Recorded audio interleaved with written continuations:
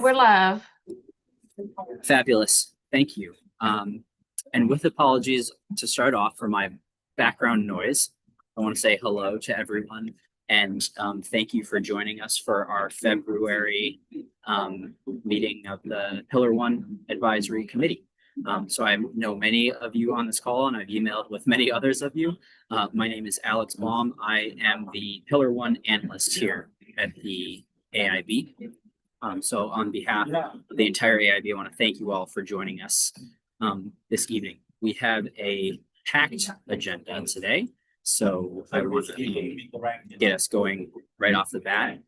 We have a wonderful panel today, and the meat of our discussion will be focused on what's called strengthening provider participation in the 2026-2027 pre-K expansion.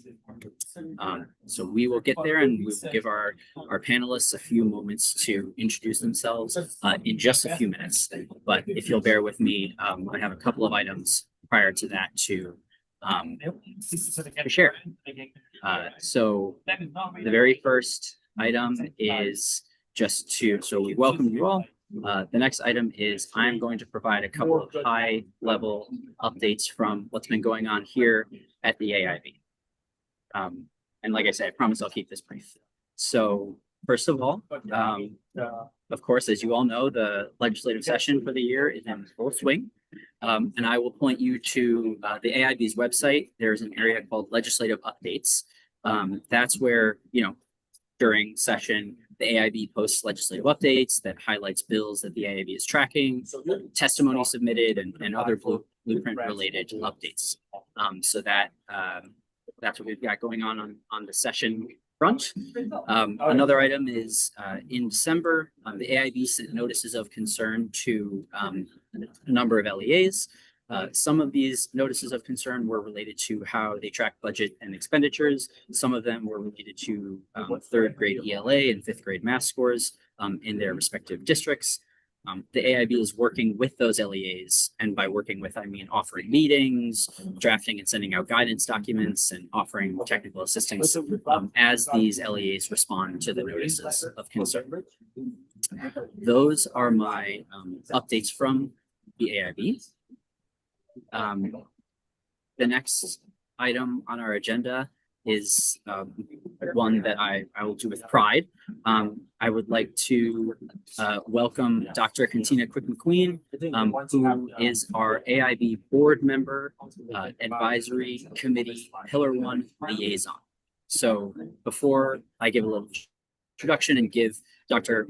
Quick-McQueen a moment to introduce herself if she would wish, I'll just say, what does a board member, advisory committee liaison do? That person works in coordination with us, the AIB staff, to share pertinent information basically between the advisory committee and the full board. So they listen in to these meetings and participate as they wish, and they bring advisory committee feedback back to the committee as needed. So before Dr. Quick-McQueen, before I give you a moment to introduce yourself, I figured I'll just give you a quick introduction. Dr. Quick-McQueen, Dr. Katina Quick-McQueen comes to us here on the Pillar One Advisory Committee with over 30 years of experience in public education and education leadership. She served children and families and, She served children and families and empowered learners through developing high-impact tutoring opportunities. She served on numerous boards and served as principal in our state, where she was nominated as Leader of Excellence during her principalship. She's also contributed to Pillar One Committee for Early Childhood in her district, and she helped develop the district's literacy plan. I could go on and on, but for the sake of time, I just want to say that on behalf of the Pillar One Advisory Committee, welcome, Dr. Quick-McQueen, and I'll give you the floor for just a moment. Maybe you could share about yourself and your connection to Pillar One here for us. So thank you and welcome. Yeah, thank you, Alex. Good afternoon, Pillar One Committee. I have to say it is an honor to be joining you here this afternoon. I have been brought up to speed about all the great work that you have been doing through Pillar One and for our early childhood and pre-K expansion. So I want to say thank you for that. I am here, as Alex said earlier, to participate alongside you. Early childhood is a passion of mine.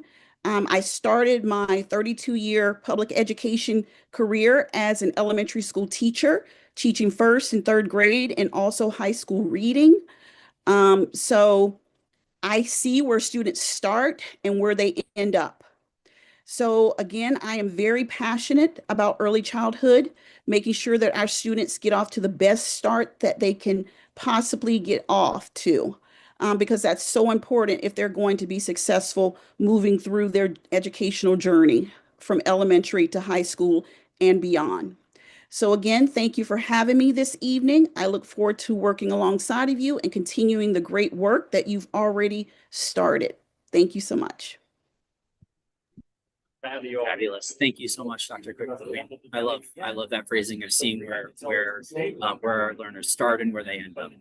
You've seen it across the entire spectrum. We're fortunate to have you as our liaison here. Thank you very much. I have just dropped a link to the agenda in the chat for those asking. So thank you for your question. Yes. Wolf Push says, great to meet you and impressed. And we're just, that's just the tip of the iceberg with Dr. Dre. So very grateful to have you here. I'd like to move on if there aren't any other questions to getting us into the meat of our discussion today. So our discussion, we've called this conversation strengthening provider participation in the 2026-2027 pre-K expansion. So as all of you on this call know, pre-K expansion is one of the major initiatives of the blueprint. It's in full swing. Everybody on this call is contributing to it in some form or another in your respective areas of expertise. And many of us also know that the pre-K expansion grant application is now live. So we thought that now, here in February, it would be a good time to revisit some work that has served as the foundation for some of these conversations. So many of our panelists, and I will give our panelists just a moment to introduce themselves as well, worked with the AIB on a report that was a response to the 2023 Joint Chairman's Report. This report was called Alternative Quality Requirements and Structural Elements for Private Pre-Kindergarten Providers to Participate in Publicly Funded Pre-Kindergarten Programs. I'm going to also upload that report for anyone who doesn't have a copy of it. But we bring that up because lots of the recommendations from that report back in 2023 form the basis for how we move forward with pre-K expansion today. And we're very fortunate to have many of the folks who worked on that report joining us today. So maybe I'll just summarize very quickly a couple of those recommendations from the report were surrounding apprenticeships and grow your own models, stackable credentials, credits for prior learning, recognizing the existing knowledge and lived experience of the current workforce as valid credit towards certification, targeted accessibility support, the idea about using navigators to help educators find on-ramps to degree and certification programs, and support for non-English speakers and international educators. There's so much more in the report than that, but that's just an overview. So the questions that we have for our panel tonight will focus on where have we been since the publication of that report. I'm finally going to stop talking, and I'd love to give our panelists each a chance to introduce themselves. Maybe you could spend just a few minutes each talking about your connection to this pre-K expansion work from where you sit. And then after you all introduce yourselves, we can start in with some of our questions and facilitate a discussion. So, Bill Hudson, why don't I start with you, please? Thanks, Alice. Hi, everyone. Good afternoon. Thank you for the invite. I appreciate the opportunity to be here and speak to you. My name is Bill Hudson. I'm the Executive Director for the Family Child Care Alliance of Maryland and the Project Director for the Aspire Pre-K program. The alliance was started back in 2020 by a group of family child care providers who wanted a technical support organization in the state. It really was devoted to their needs. Our connection is we started a pilot in 2020 to bring family child care providers into the mixed delivery system. Prior to that, there was little to none. And so over the course of the last nearly 6 years, we have been building a pre-K program for family child care providers in the state of Maryland. And by this fall, we hope to have about 115 programs across the state in 18 school districts, with the goal of getting to 500 by 2031. So thank you for the opportunity. It's wonderful. Thank you. Thank you for being here with us. I'm just going down the list of participants that I see.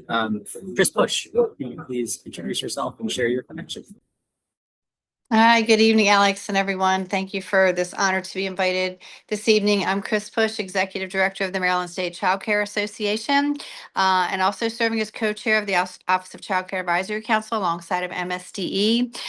We are a membership organization representing more than 5,000 Maryland early childhood in the workforce and advocating for the advancement of licensed learning centers. And our commitment to advancing early childhood education in Maryland includes the focus on public pre-K and the equity and inclusion of community-based programs for a true mixed delivery system. We have used your report from 2023 to create laws and have them passed so that we could actually make your recommendations come to life and to fidelity. And so that, along with other areas where we see a need, we have also passed a bill for House Bill 1475 in order to take a look at the successes and the challenges still around the pre-K. Sorry, it's 5 o'clock. The pre-K work group, called the pre-K work group, and it's been extremely successful. And working with the State Board of Ed as well, and the AIB, and smaller subcommittees. I think we're making some really important advancements in this space. So thanks for having me.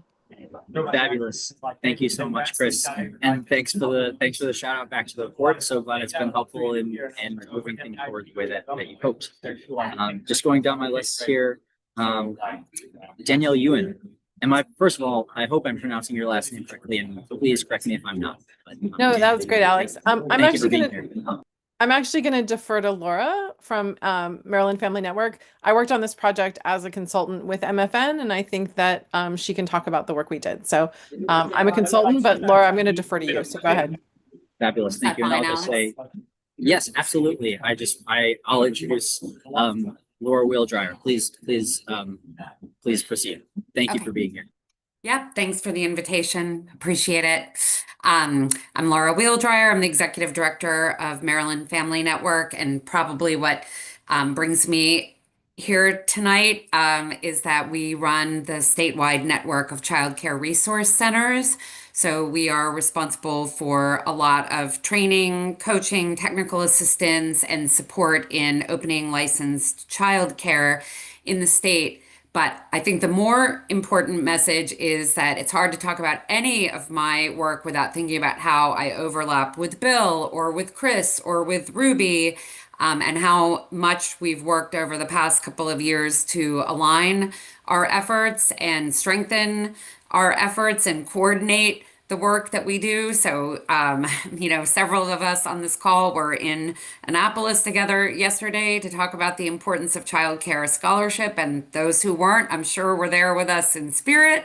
But there's a lot of important sort of ecosystem building that has happened as a result of all of our interest in diverse delivery of pre-K. So I guess I'll just mention two specific things. One is we've been working really hard on a workforce pipeline program called Growing Opportunities for Family Child Care. And in the past 3 years have helped almost 300 women open licensed child care programs. I shouldn't say only women, but it is like 98% women.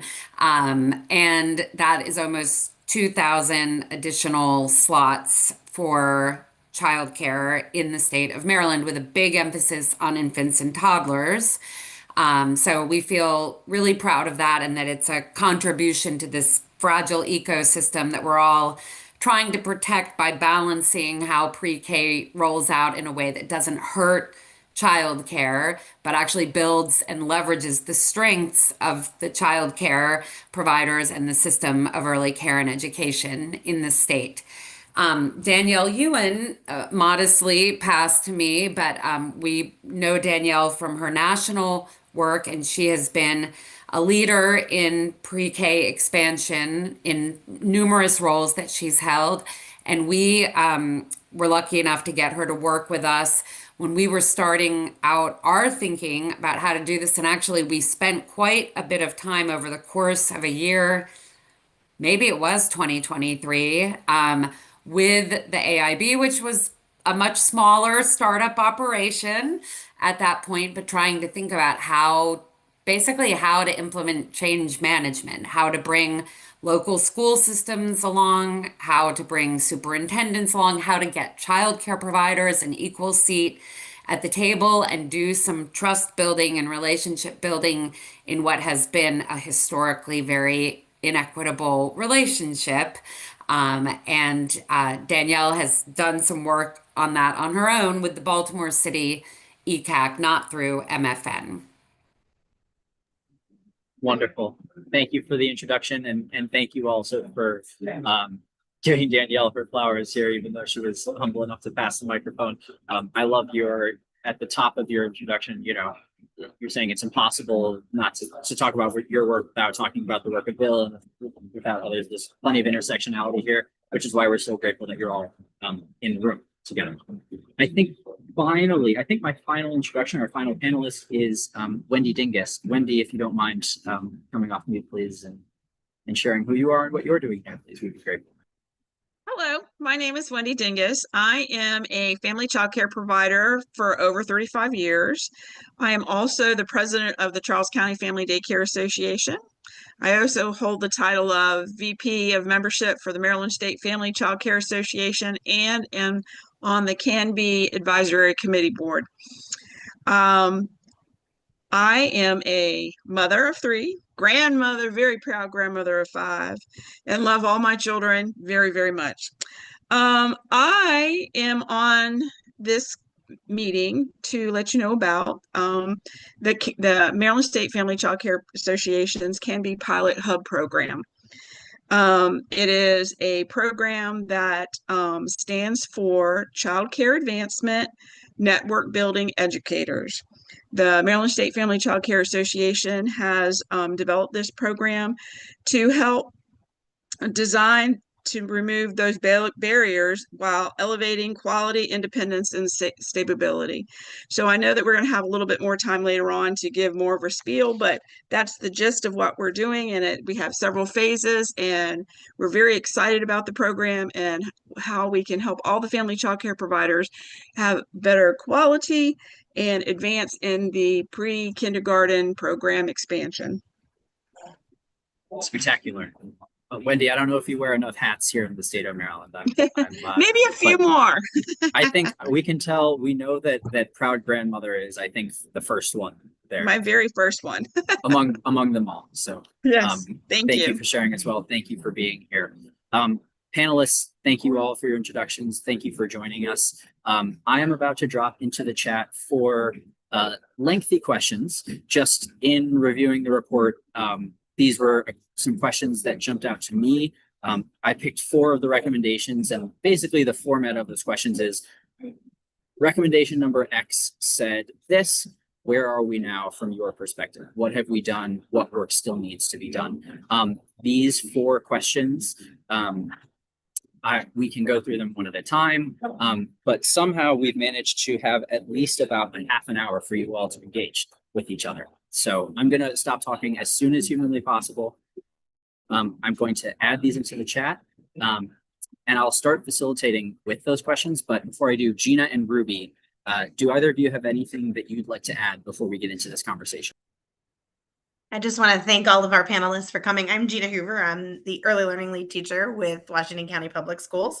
That's my day job. And then I am also the chair of the Pillar One committee. And we're just very happy to have you all. Like Alex said, this is very important work. And without everybody on this call and everybody that is not on this call in the state of Maryland that has something to do with this, it's just, like we all know, early childhood is a big thing, and as many kids as we can get in pre-K, the better off that we all are. So just welcome, and thank you all again for being here. Ruby, do you have anything? Yes, hi. I'm Ruby Daniels. I'm also the president of the Maryland State Family Child Care Association. I'm happy to be here. I'm a pre-K expansion grantee myself. And I would also like to welcome the other board member, Dr. Jennifer McMahon. And I would like to hear from Sarah and Nakia regarding the pre-K expansion. And I believe the change team, which addresses the career ladder, which is part of the report. Thank you so much for having me. And I see we also have Randy Albertson here. I know Randy helps a lot of the providers with the grant writing and stuff. Thank you so much. Thank you, Ruby. I know we have a star-studded cast here. And I also want to say, while I'm going to be asking questions to panelists, we really do want this to be, of course, an engaged discussion from all. Please do not let the 4 questions that I have started us off with be the only questions that we engage with today. Please come off mute and please ask questions of our panelists so they can engage in the conversation. Thank you all. The first question that I'll just start us with, and please take it and run as you like. I'll just read it out. In the report, the first recommendation centered around exploring structural strategies that were already in place, things like the Grow Your Own initiative and the Push Pre-K campaign. So from the panelists' perspectives on the ground, how have these kinds of outreach efforts evolved in the last few years to better reach providers, especially those who historically have felt disconnected from state level initiatives?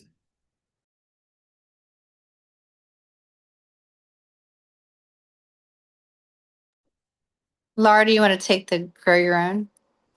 Yeah, do you just want us to jump in, Alex?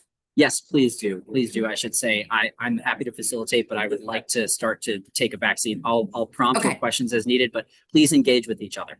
Yes, please jump in. I mean, I think probably lots of us are doing pieces of Grow Your Own.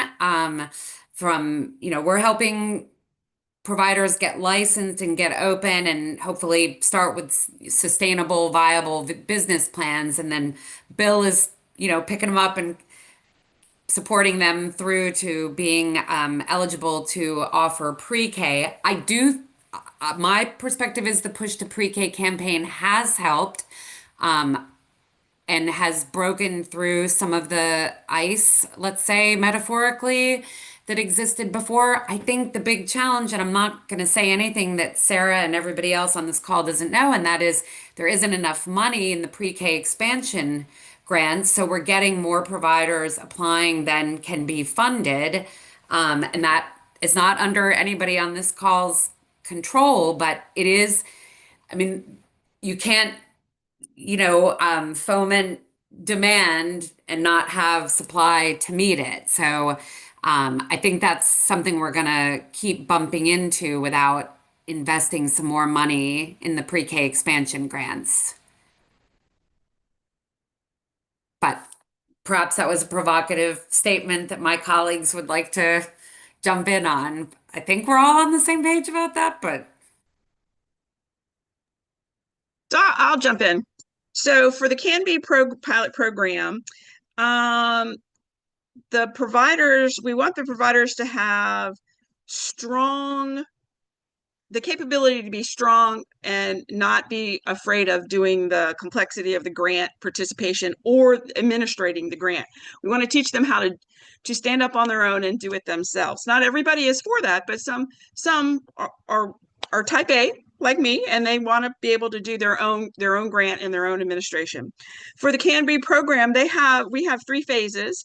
So we're working on different kinds of quality. The first phase is to request quality mentorship to make them have a better individualizing their mentorship, their learning capability, and improving in their programs and the quality. So we have about 50 providers that are working the program and learning the different experiences, approximately about 400 children with those 50 providers. Then you can step into phase 2, and phase 2 is where we focus on transcript evaluations and credentialing alignment, where providers who have their degrees internationally need to come to the United States and get those degrees evaluated and translated into the United States, so that we'll be able to move them up in their Maryland requirements. Phase 3 is bringing all that together and making their programs credentialed, successful, participating and learning the grant administration and administration and application, and also making them independently manage the pre-K grants in the future, and also then turning around and helping the next group that's coming along. So they're going to be mentoring that next group that's coming along. So I think that we're giving it back to the providers, teaching them what they need to do to make themselves successful and have a better quality program, and then turning around and helping the next generation.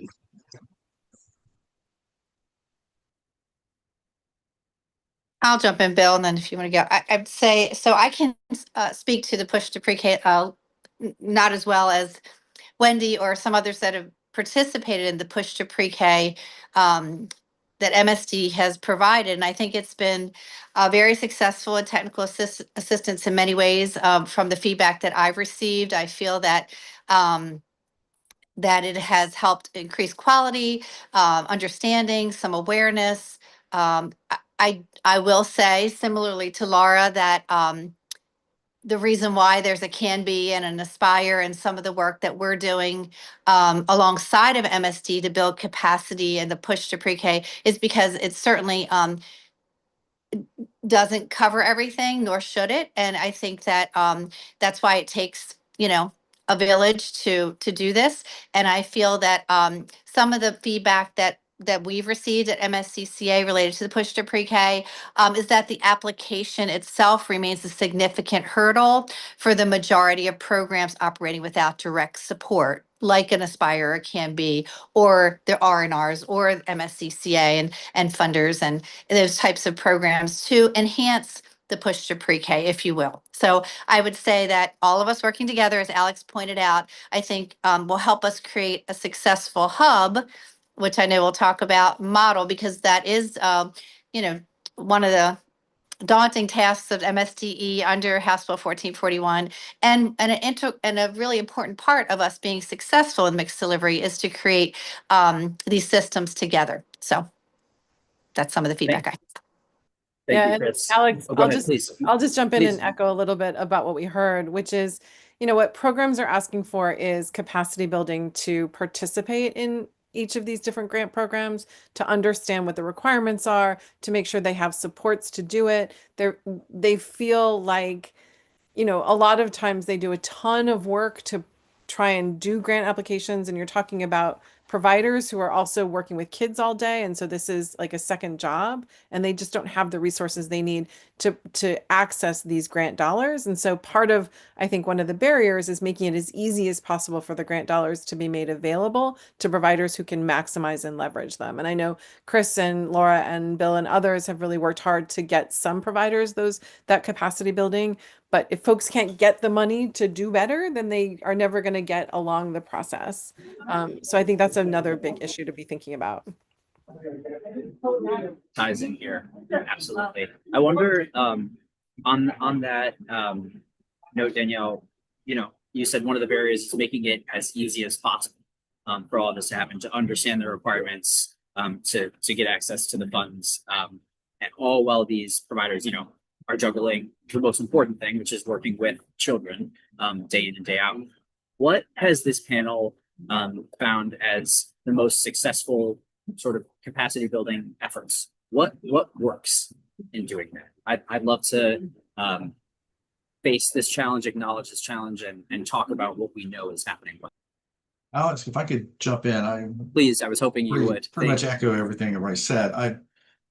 We're about our 6th year. We have worked with about 130 educators since our pilot. I think the Push to Pre-K has been very effective. The work that Chris Push has done with the hubs that she's put together, we've been sort of back in support on that. The work that Ruby and her team are putting together, definitely bringing a lot more people into the conversation around becoming part of the pre-K program. What I can tell you, what we've learned over the last nearly 6 years is the application process and the grant management is the tip of the iceberg, and actually not even the most important part. I can't speak to centers, that we have other experts to talk about that, but I can talk about our experience with family childcare. Back, I can't remember, it was 2016 or 2019. The feds released a report that said, based on the ECE data report, the average licensed family childcare provider works 60+ hours a week, 55 hours in general direct care, plus an additional 10 to 15 hours in everything else. So 60+ hours a week, and that's not just 9 months. That could be 50 weeks out of the year, or if you don't take vacations, it's 52 weeks out of the year. When you join the pre-K program, you now have to learn a new curriculum. You may have to learn new teaching strategies. You may have to learn new processes for running a program. All that layers on top of that 60 hours. So take your pick, an additional 5 hours a week, an additional 10 hours a week, then pick a number. Now, by contrast, a public pre-K teacher who walks in the building in the morning works basically 55 hours a week if you're dedicated. And I have former pre-K teachers on my staff. They say that number is about right. Now, the AIB through the blueprint has said, when we look at our public school teachers, we need to have a 60-40 split, 60% class time, 40% all the other stuff. So now you're talking about that person working less than 40 hours a week directly in the classroom and the additional time for planning. So how can we expect family childcare providers to deliver the same quality of program, which we've shown can be done, at the same time continually layering things on top? Because that's generally one person. 90% of family childcare educators work alone. Not everybody has an assistant or even a reliable volunteer. So you have to think about, if it's 60-40 is good for a public school teacher, how does that apply to family childcare and even center-based educators? How does that work? And for family childcare, every new requirement, every new reporting aspect, every little bit comes on, layers on top of that 60 hours a week. So my thing would be, yes, grant assistance is important. Getting people in the program is important. But what really needs to be thought about is what happens when you're in. Thank you, Bill. That's such an important angle, I think, to think about. We were trying to move this work forward. It's also helpful to hear you say, this 60+ hours a week versus 55 hours a week. That is no small difference when you, of course, spread it across an entire year. So thank you for sharing that. I just want to jump in really quick as we maybe finished up with this particular question or topic, but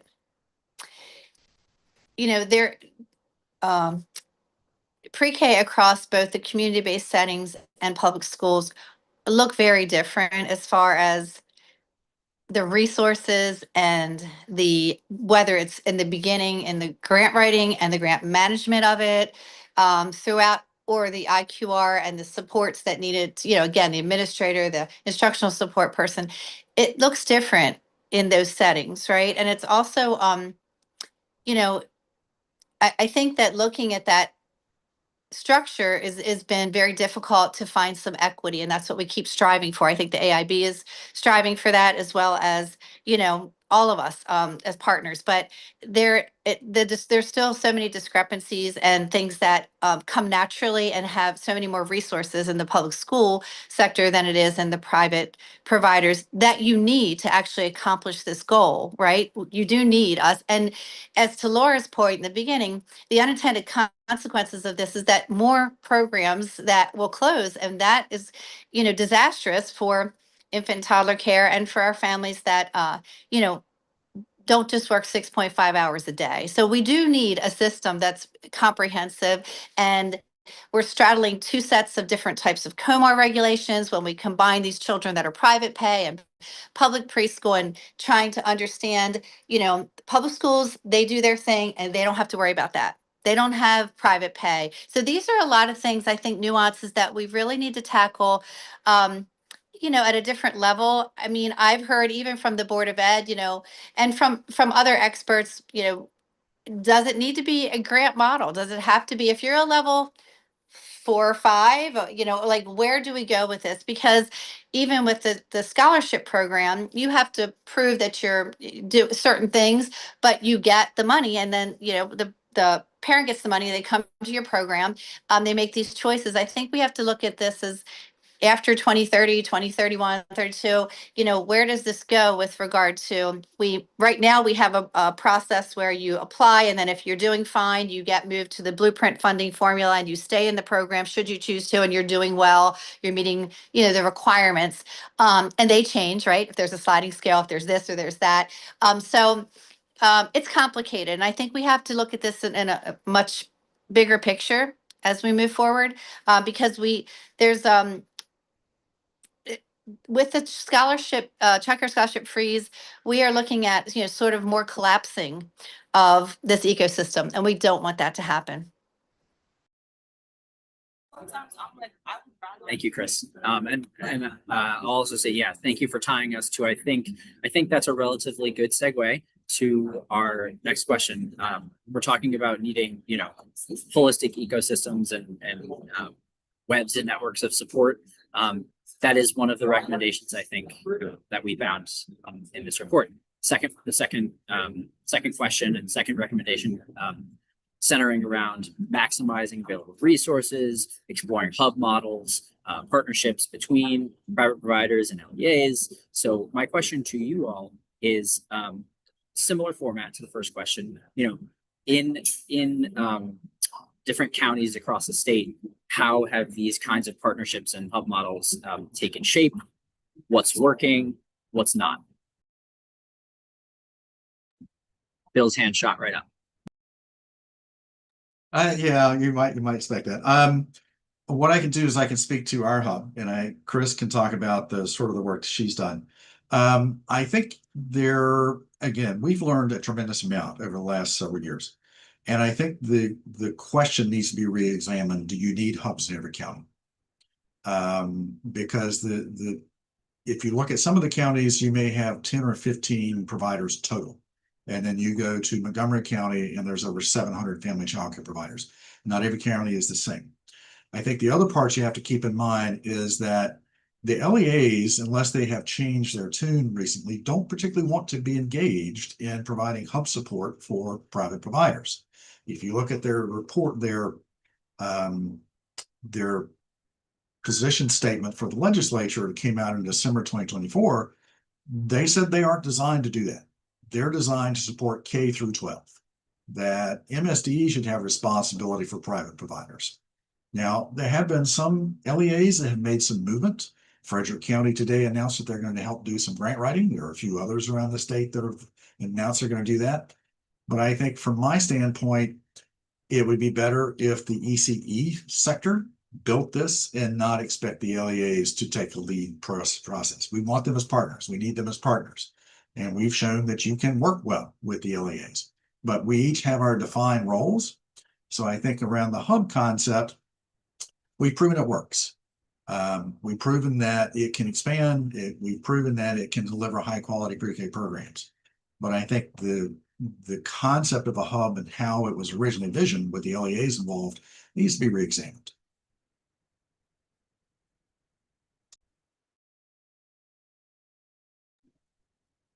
Bill. Do others want to add to, respond to this idea? Contrary views are welcome as well. Hi, Alex. I'm going to jump in as a pre-K expansion grantee in Howard County. The partnership we have with the LEAs, the public school in Howard County, is amazing. They help us in terms of marketing, in terms of recruitment, and also professional development. And I believe Montgomery is doing the same, but not all the counties are doing the partnership or the help that they can provide private programs like myself. And I know a lot of the programs are not capacity. I mean, they need students because they don't have the resources that I have. I mean, I have like 4 in my wait list, and I'm completely full. So I think that partnership is really important, that we have to make sure that there's partnership between the LEAs and the recognition that we are also part of the education system. Thank you. Thanks for being. I'm going to jump in, Danielle. You can also jump in with regards to some of this, but so MSCCA has worked as a nonprofit, has worked with some amazing funders, philanthropic funders, as a private-public partnership model. But we've also worked in 2 jurisdictions now with their local ECACs, which has been a really important collaboration, which includes Head Start, which includes the local school system. It includes data experts, 2D centers. We have so many different partners at the table, including even AIB members. So it's been really a great opportunity to work both in Baltimore City and Montgomery County with some private funding to move forward Pillar 1 and the mixed delivery to achieve some of the hub type of model that is the expectation in order for us to really be successful.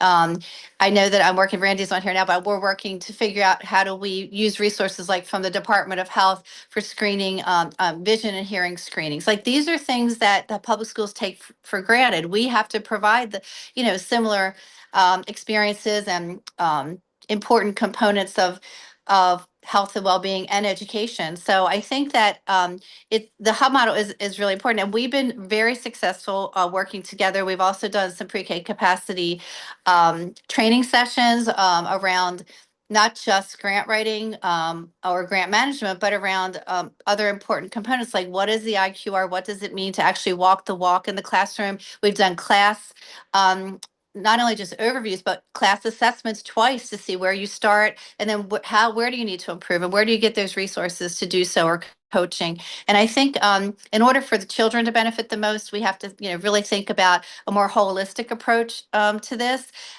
which of course the LEA should be a part of should they want to participate. And as Bill said, that's not always the case. But I think that this is a statewide initiative, not county to county, right? This is all children in our state deserve the same level of opportunities, and so does the pre-K system deserves to be strong all the way through. And so, we've been able to get over 500 seats. Danielle has worked with the Baltimore City ECAC. She's been instrumental in a lot of the success in this area as well. So, being able to bring in these types of partners has I think proven itself to be highly successful, and we're continuing to work.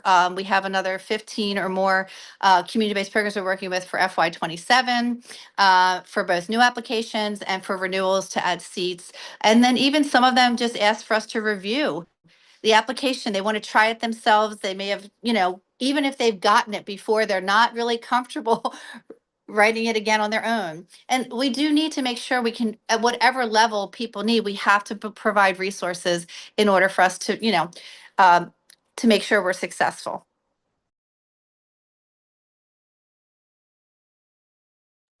So I would say take a look at the Baltimore City and Montgomery County models as well as a way of uplifting what the state should be doing. Can I say something? Thank you, Chris. Yeah, please jump in, Gina, please. Hi.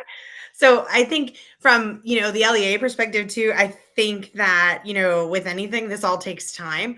I do think that, the hub model, it is a thing that, is a big picture thing, and it, eventually, hopefully we can all get there. But I think from the LEA perspective, I can only speak for Washington County, obviously, but we've worked really hard to really build those partnerships with our private providers that are, with us as community providers, and we go and visit them, and we do PDs and all of the things. So I think there are ways to start to build that, like the ladder, I guess, for lack of a better term, and keep, going up the ladder to get to eventually where, we hope this all is. Cause, we always say it takes a village. They're not just your kids or our kids. They're everybody's kids in this county or in any county. And, so I think it's definitely important to think about those partnerships and just, like I said, I can't speak for every county. I can only speak for what we do here, because I live and breathe Washington County, daily, as far as our partnerships and stuff like that. But, we welcome our private providers. We try to do as much as we can to make them feel welcome and to make them feel like, we're all, one piece of, well, all pieces of the same puzzle, that the ultimate goal is to help our kids. We can echo that. Well, Washington has been a great partner, and certainly a model that other people should look at. Thanks. Agreed. Gina, I agree. We've heard the same thing in Washington County. Alex, let me do, I think what Washington County is doing is great, and other counties are trying to do similar work, but I think it's really important to understand the assumptions that are inherent in the way that the pillar is created, that doesn't create a level playing field, and that a lot of providers are both trying to meet the requirements while also providing really high quality services to kids birth to 5. And I think there are providers who don't think that that is very well understood or recognized by the structure of Pillar 1. And that the way that they keep trying to get into the system consistently puts providers at the back of the line to create a mixed delivery system. And even when folks like Gina are leading such great opportunities, there is this imbalance. And I think it's really important moving forward that there be an effort to level the playing field so that providers are seen as providing high quality before they enter into some of these opportunities, right? Like they should just get the money to do pre-K because they're already doing pre-K. And that we have to build a birth to 5 system as part of it, whether kids are in schools or in private providers. And I just worry a little bit that that's not always the way local school districts see providers, and that there are some barriers to providers to be part of a mixed delivery system that aren't always seen in the system. And Chris has better examples of that than I do. I was just going to say, Chris, feel free to jump in, please. And Danielle, thank you for illuminating that here. That back of the line phrase, I think, is what I picked up on. I'd love to hear you expand upon that, what that looks like, what that means a little bit, you or anybody else on this panel. I think that's a really helpful light to shine. There's numerous examples. I don't know, Randy, do you want to, I was going to talk about the one, we just had one recently related to a pre-K session that just happened and the early learning standards. Randy, do you want to talk about it? Because it's one of the recommendations we'll put in the pre-K work group again for the barriers. I think it's easy to say, and I know Washington County, you're doing a great job. Howard County, there's counties that are, this is not about a county issue. This is about looking at it in the bigger picture, as Danielle said. These are biases. These are implicit biases. Whether you mean for them to be or not, we are not valued in the same way. We can't sit in on IEP meetings. We don't have any pensions, or we can't even get into the state healthcare benefits. Are you kidding me? I could go on about all the things that are not at all equal to being a pre-K provider, even though we have to prove ourselves and we have to, the LEAs never get denied a grant. We put in 105 grants and less than half of us got them. So even if, even if we're 3, 4, and 5 excels and we're busting our butt, and our business really depends on getting this grant now that the scholarship is over. There's a lot of concerns related to how this is viewed. A lot of the times the LEAs are like, well, we'll just take the 4s and you take the 3s. Not just the LEAs, but the Board of Ed and the AIB have made those comments. If you just cherry pick and take our 4s, we're going to go out of business. We don't have a business model sustainable like that. So I don't think we understand this landscape of birth to 5 and how important it's a continuum, just like to 3rd grade it is.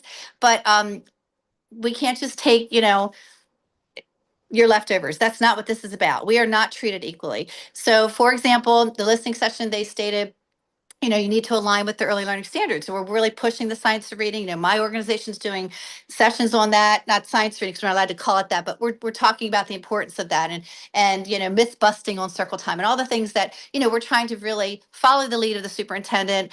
And at the end of the day, when they were asked about where to find them, they said, go to the MSD website.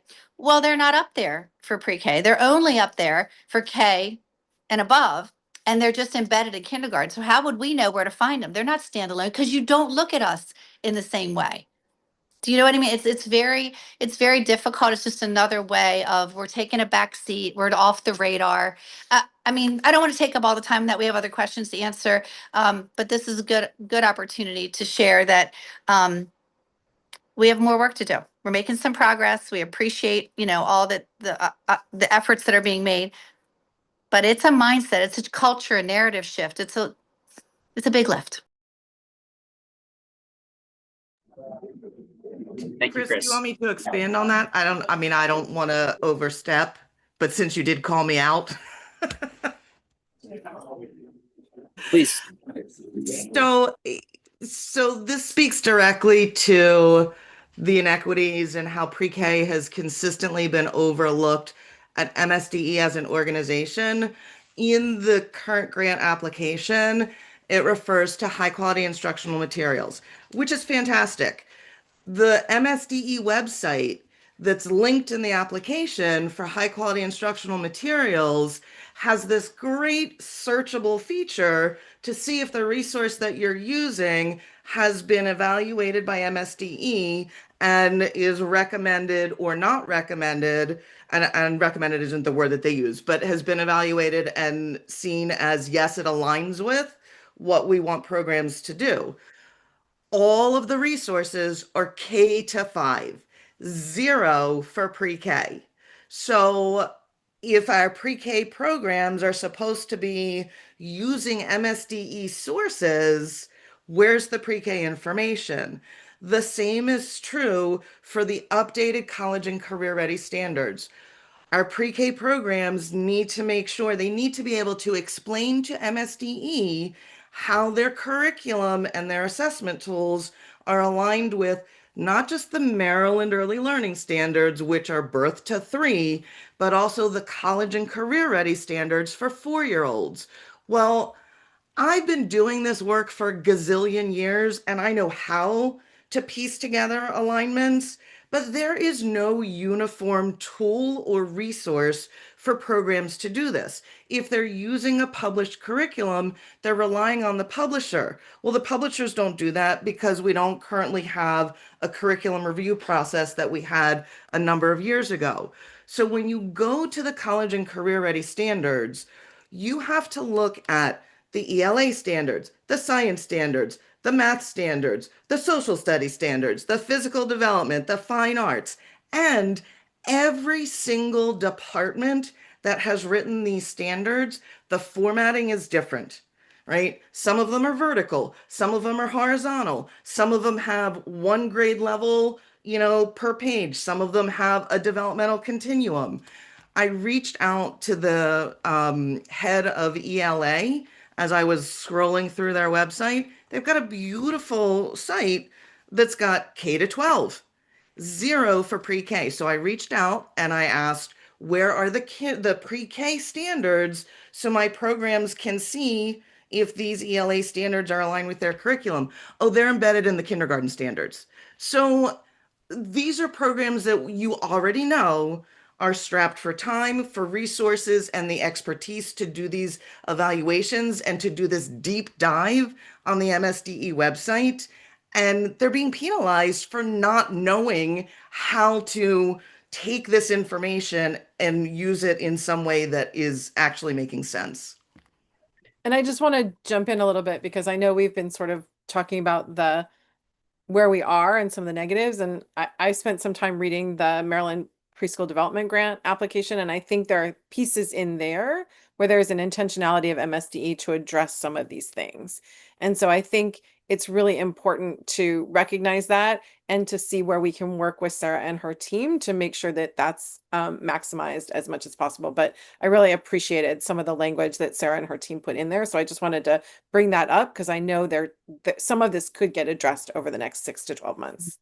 I agree. agree. I agree. Absolutely. The new grant, the language, better. the wording is much clearer. It's much easier to follow, but there are still challenges for pre-K programs, the private providers, to get out the right information. And that's what Alex was asking us about, but we completely agree. We see a huge difference. We know that there's been a focus and shift to definitely use a human-centered design. So we appreciate all the changes. But just to go back, public school teachers and Wendy, correct me if I'm wrong, they don't wait for their money, for their salary to be paid. We have to invoice every single time, even though it's been approved in a grant award that is what we are going to be paying.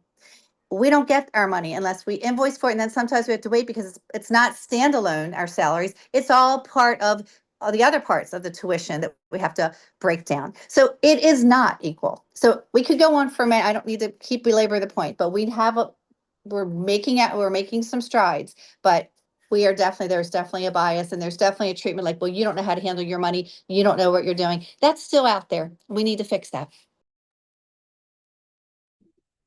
We run a business. We actually pay taxes and run a business. It's not an state agency or government agency. These are businesses. So we do know some of the things we're doing.